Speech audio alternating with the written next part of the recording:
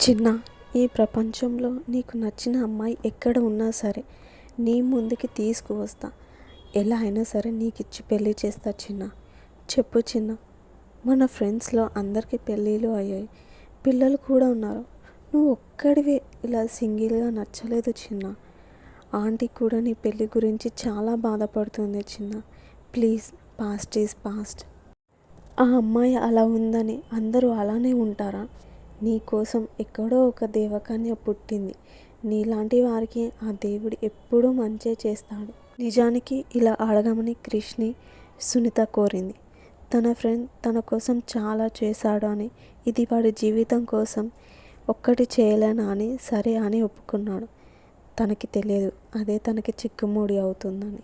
చెప్పు చిన్న, ఎవరైనా ఇష్టం ఉన్నారా లేదా నన్నే అమ్మాయిని చూడాలా అంటూ ఫోర్స్ చేశాడు. ఇలాంటి సిచ్యువేషన్ వారానికి ఒకసారి అవుతూనే ఉంది. కానీ ఈసారి క్రిష్ వదలలేదు అని చిన్నాకి అర్థమైంది. సరే చెప్తాను, ఎవరైనా సరే తనతో పెళ్ళి చేస్తావా అని ఒక్కసారి చిన్న మనసులో మాట బయట పెట్టాడు. చివరికి వీడు మనసులో మాట చెప్తున్నాడు అని హ్యాపీగా ఫీల్ అవుతున్నాడు. అది నీతో సాధ్యం కాని పని, వదిలే క్రిష్. ఏంటి, నాతో కాదా? నేను ఎవరిని చెప్పు? చిన్న బెస్ట్ ఫ్రెండ్, అంతకంటే ఎక్కువ చిన్న. నీ కోసం ఏం చేయలేనా? నేను ఏం కానా?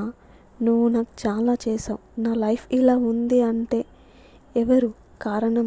నువ్వే. ప్రతి నిమిషం నీ సొంతం చిన్న. చెప్పు, ఎవరు ఆ అమ్మాయి? ఎమ్మెల్యే కూతురా? మన బిజినెస్ పార్ట్నర్లో అమ్మాయా? చెప్పు, ఎక్కడ ఉంటుంది? ఏం చేస్తుంది ఆ అమ్మాయి? ఎవరు? చెప్పు చిన్న, చెప్పు.